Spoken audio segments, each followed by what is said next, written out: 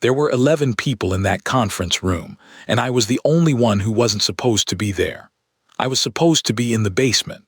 I was supposed to be replacing a corroded elbow joint on a secondary hot water line that had been weeping rust into the building's plumbing since March. I had my bucket, my pipe wrench, my roll of thread seal tape, and a work order with my name on it. I was not supposed to be on the 14th floor. I was not supposed to be standing in the open doorway of a glass-walled conference room staring at a woman offering $500,000 to a boy who couldn't get a single word out. But I was.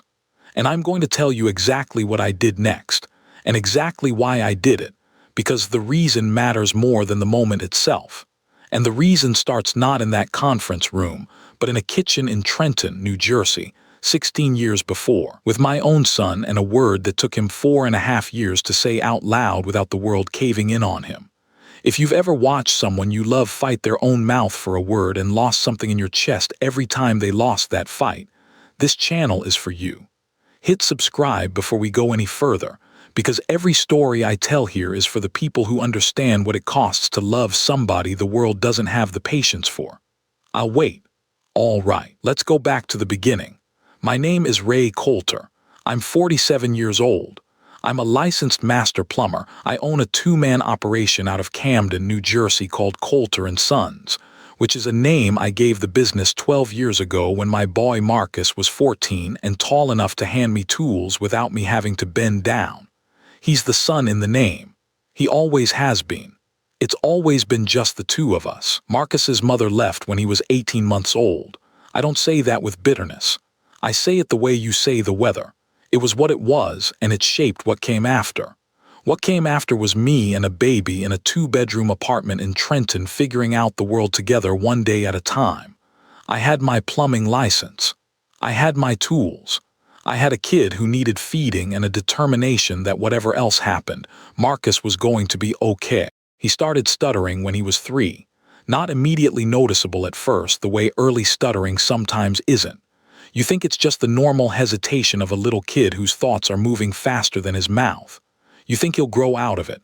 A lot of children do. Marcus did not. By the time he was 5 and starting kindergarten, the stutter was fully formed and deeply rooted. Not every word, not every sentence, but enough. Enough that other kids noticed. Enough that teachers sometimes finished his sentences for him without thinking, which was the kindest wound and the cruelest one at the same time, because it taught him that his own mouth was something to be waited out, not trusted. I took him to every speech therapist in our area, 3 of them over 4 years. They were good people, knowledgeable people, and they helped. They gave Marcus tools, exercises, breathing techniques, slow speech practice, easy onset, the whole vocabulary of clinical stuttering intervention.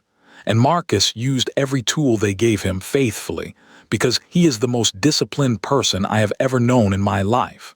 He still stutters. He's 30 years old and he still stutters. And he is also the most articulate person I have ever had a conversation with, which is something I did not understand for a long time. Understanding it was the education of my life. Here is what nobody tells you when you have a child who stutters. And I mean nobody, not the therapists, not the books, not the well-meaning relatives who suggest he slow down and breathe. Nobody tells you that the stutter is almost never the real problem. The stutter is a symptom. The real problem is the audience. The real problem is the room full of people who tighten almost imperceptibly when they hear the first block, whose eyes shift 2 degrees toward the door, whose faces arrange themselves into a careful blankness that is somehow worse than impatience, because at least impatience is honest. The real problem is that a person who stutters spends an enormous percentage of their mental energy not on what they are trying to say, but on monitoring the reaction of whoever is listening to them say it.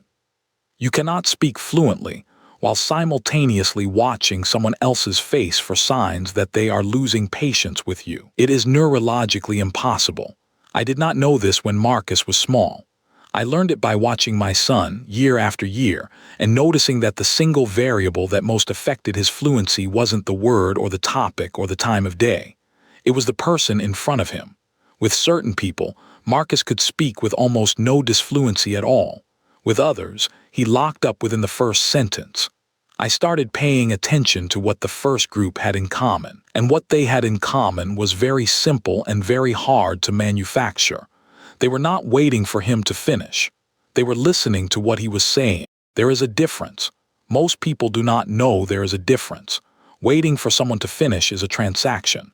Listening to what someone is saying is a relationship. When you are truly listening, you are not tracking the end of the sentence. You are inhabiting the sentence as it arrives.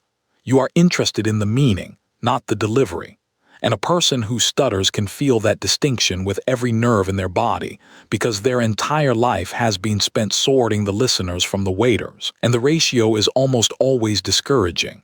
I spent 16 years learning to be a listener, not because I was naturally patient. I am not naturally patient. I'm a plumber. My whole professional life is about finding the problem and fixing it as efficiently as possible. My instinct when Marcus locked up on a word was always to finish it for him, to remove the obstacle the way I'd remove a blockage from a drain. It took me years to understand that finishing his sentence was the worst thing I could do, not because it was unkind, but because it confirmed the thing stuttering wants him to believe, which is that the word will not come if he waits for it. The word always comes. It always came. I had to teach myself to believe that before I could teach him to believe it. And the way I taught myself was by sitting across from my son every single evening for years and looking at his face while he spoke and not at his mouth, looking at his eyes, because his eyes were always calm. His eyes always knew exactly what he was going to say. His eyes were just waiting for the rest of him to catch up. I became a man who waits without letting the waiting show. I became a man who listens to meaning. I did not know it at the time, but I was building something in those years. I was building a skill the way a plumber builds expertise slowly, through practice and failure, and paying attention to what actually works. I just did not know yet where that skill was going to matter most. The building on Commerce Street in Philadelphia is a 40-story glass tower that houses 4 law firms, 2 financial services companies, a regional insurance headquarters, and on floors 12 through 16, the corporate offices of a mid-sized pharmaceutical company called Aldrin Medical. I've had the plumbing maintenance contract on that building for 7 years. It is exactly the kind of building that does not notice the people who keep it running. In 7 years, I've eaten lunch in that building's lobby hundreds of times, ridden its elevators thousands of times, been nodded past by security guards who know my face but have never once asked my name. I am furniture. I am infrastructure. I am the reason the water pressure stays at 52 psi on every floor, and the reason nobody thinks about water pressure for even 1 second in their entire workday. That invisibility is a condition of the work, and I made my peace with it a long time ago for the same reason I think every person who does this kind of work eventually makes peace with it. The work itself is honest. The pipes do not care what you earn or what floor you're permitted on. The pipes either leak or they don't. You either fixed it or you didn't. There's a clarity to that which I have always found more satisfying than any amount of being noticed. I was in the basement of the Commerce Street building on a Tuesday in October, second week of the month, 10:47 in the morning, dealing with the corroded elbow joint I mentioned. It was not glamorous work. It was the kind of work that involves lying on your back in a 3-foot crawl space with a flashlight in your teeth and rust falling into your collar. I had been at it for about 40 minutes when my work phone buzzed. Text from the building facilities manager, a decent man named Donald Park, who I'd worked with for most of my 7 years there. The text said there was a secondary water issue on 14. Could I swing up when I had a minute? The corroded joint could wait another hour. I packed my bag, took the service elevator to 14, and stepped out into the carpeted hallway that connected Aldrin Medical's administrative wing to their executive conference suite. I want to tell you something about that building before we go any further, because it matters to understanding what happened next. A building like Commerce Street has 2 versions of itself. There is the version that the people on the upper floors inhabit, the one with the clean carpets and the climate control that never varies more than a degree, and the glass walls that let natural light pour in at exactly the angles the architect intended. And then there is the version that exists below that, in the mechanical rooms and the pipe chases and the crawl spaces behind the walls, the version that makes the first version possible, and that nobody who lives in the first version ever thinks about for even 1 second unless something goes wrong. I have spent most of my working life in the second version of buildings. I know where the bones are. I know which walls are load-bearing and which are cosmetic. I know, in the Commerce Street building specifically, that the pressure in the lines serving floors 12 through 16 runs slightly higher than optimal because a valve on the main riser was adjusted incorrectly during a renovation in 2019, and nobody has ever corrected it because it has not yet caused a visible problem, and invisible problems are not problems until they become visible ones. I know these things because knowing them is my job, and because the invisible systems of a building are what I have spent my life paying attention to. It occurred to me later, much later, that this is not entirely unlike what I had learned to do with Marcus. Pay attention to the systems that run beneath the surface. Understand what is keeping things running. Notice the pressure before it becomes a leak. The conference room doors were the floor-to-ceiling glass kind that give a full view of the room from the corridor. I could see into it before I got close. There were 11 people sitting around a long table made of some wood I could not name from that angle, but that had the kind of finish that costs money. Most of them were in suits. At the head of the table sat a woman, mid-40s, with the posture of someone who had been running meetings since before some of the people in that room were born. This, I would learn later, was Margaret Aldrin, CEO, and the company bore her family's name because her father had founded it, and she had taken it from regional operation to national player in a decade. She had the kind of reputation that gets written about in business journals in words like decisive and formidable and occasionally unyielding, depending on whether the journalist was a friend or a critic. Sitting beside her, in a chair slightly pulled back from the table in the way children's chairs are always pulled slightly back from adult tables, was a boy. He looked about 9 years old. He was in a navy blazer over a white shirt with no tie. His hair was combed. He had a glass of water in front of him and a legal pad and a pen, as if he had come prepared to take notes. His face had the particular careful blankness of a child who has learned to perform composure in adult rooms. I know that face. I made that face myself as a kid, and I watched Marcus make it for years, and it is the saddest kind of brave because it is the kind of brave that nobody in the room ever acknowledges, because they are all too busy performing their own version of composure to notice his. I was about to move down the hallway toward the facilities closet when I heard the woman's voice through the glass in the barely open door. She was not shouting. She did not need to shout. She had the kind of voice that fills a room without effort. She was saying something about a presentation, about the quarterly report, about the fact that they had 10 minutes before the external call.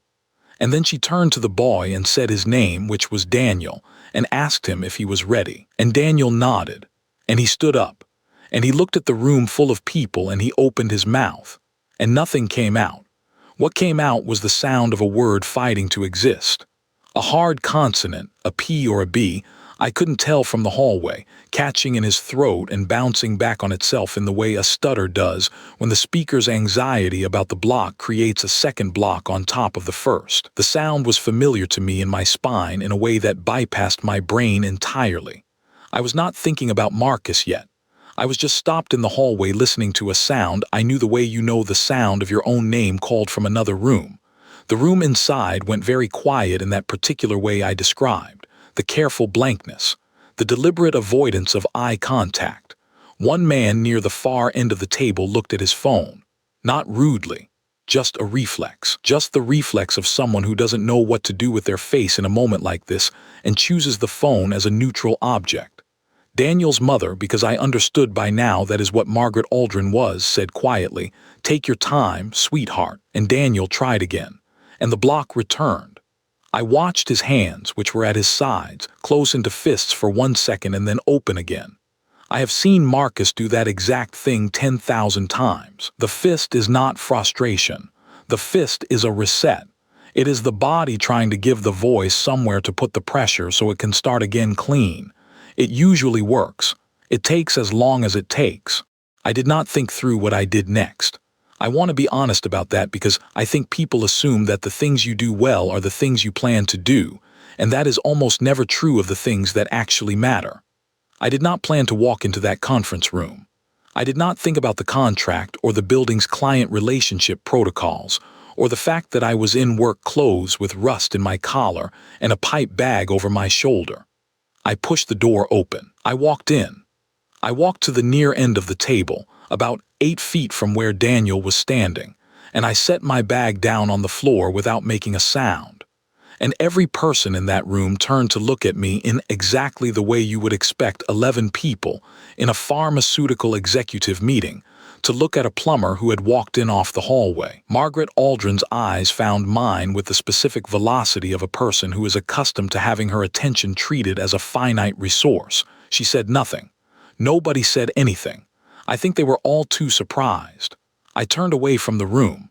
I turned to face Daniel, and I said, slowly and clearly and with no more weight in my voice than I would give to any ordinary sentence, "Take all the room you need." Daniel looked at me. He had gone very still, the way children go still when something unexpected happens that is not immediately threatening. He was reading me the way children read adults, fast and thorough. I looked back at him the same way I looked at Marcus for 16 years, not at his mouth, at his eyes. At the eyes that knew what he was going to say and were just waiting for the rest of him to catch up. I did not smile. Smiling in that moment would have been performance. I just waited. I was very good at waiting. Daniel took a breath, and then he spoke. The word came out whole, and the next word came out whole, and the next one, and he was talking.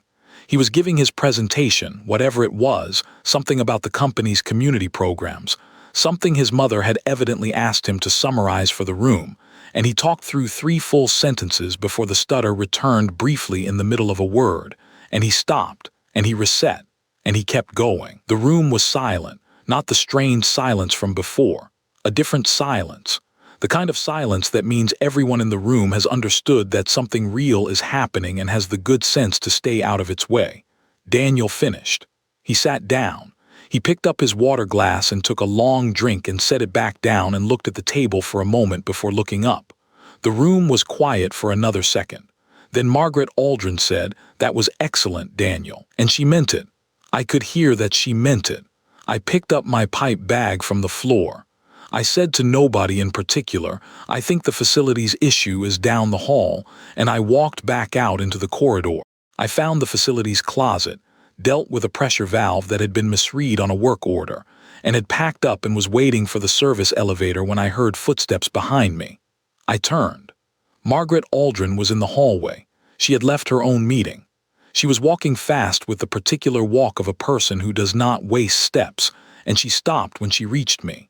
She looked at me the way very powerful people sometimes look at things they have not yet categorized. There was an assessment in it. I did not look away. She said, "What you did in there?" I said, "I have a son who stutters," and she was quiet for a moment. She said, "It's been 2 years, 2 years of therapy, 2 years of specialists. He can speak fluently at home alone with people he trusts completely. But the moment there's an audience, the moment there's any sense of being evaluated, he locks. We've tried everything." She said it the way people say it when they mean it, when they've actually tried everything and are saying the word at the end of a road rather than at the beginning of an excuse. I told her what I told you. The stutter is almost never the real problem. The real problem is the audience. You cannot speak fluently while monitoring someone else's patience. She stood there in that carpeted hallway and absorbed this with the focus of someone who has built a career on identifying accurate information and acting on it. She said, "He has a school presentation next month. A big one, district level. He's been refusing to practice because every time he practices in front of anyone, including me, he shuts down." And she said, "I don't know what you just did in there, but I'd like Daniel to have access to whatever it is." And then she said a number, $500,000, for me to work with her son before his presentation, for me to teach him whatever I had done in that conference room. I want to tell you what went through my head in the 5 seconds after she said that number. I want to tell you because honesty is the only thing this channel is built on, and I think the honest answer is more interesting than the noble one. What went through my head first was not refusal. I am a plumber from Camden who supports himself and keeps one employee and drives a 14-year-old truck with a new engine in it because the truck payments are cheaper than the engine payments would have been. $500,000 is not a number I have ever stood in the same room with in my life. The first thing I felt was the weight of it, the reality of it, what it would mean for Marcus's life, which is never as easy as it should be. For a man in his 30s with a stutter in a world that still does not understand what stuttering is or isn't, what it would mean for the business, what it would mean for every decision I had made in the last 4 years that I had made with less margin than I wanted.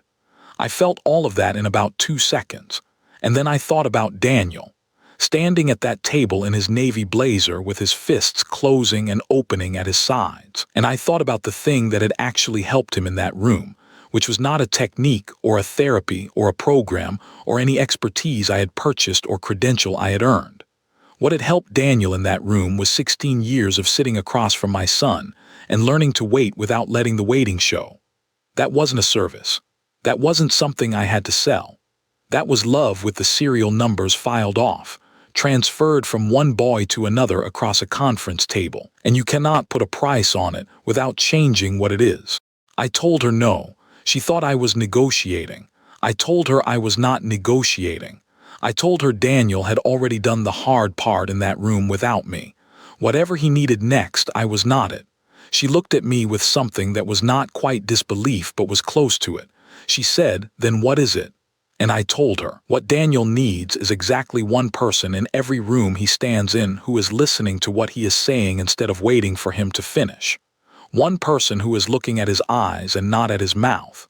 One person who has made their face say, "I have all the time in the world," and who means it, because children know when you mean it and they know when you don't. That person does not have to be a specialist. That person does not have to be paid. That person just has to have done the work of caring about this particular child enough to learn what listening actually is. And I said to her, as gently as I could, "You are his mother. You are in every room he stands in for the rest of his life. I can't be there. You can." She was quiet for a long time. The hallway was empty. Somewhere on a floor above us, an elevator opened and closed and the building went on being a building. She said, finally, "How do I learn to do that?" I told her there was no class. There was no program.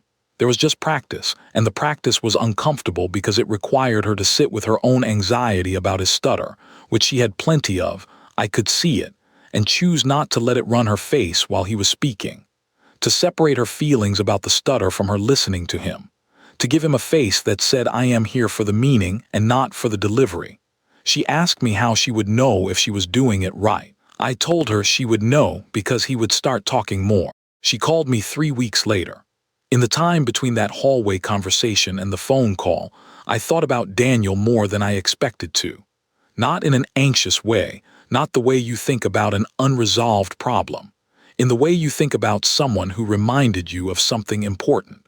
I thought about the way his hands had opened and closed at his sides.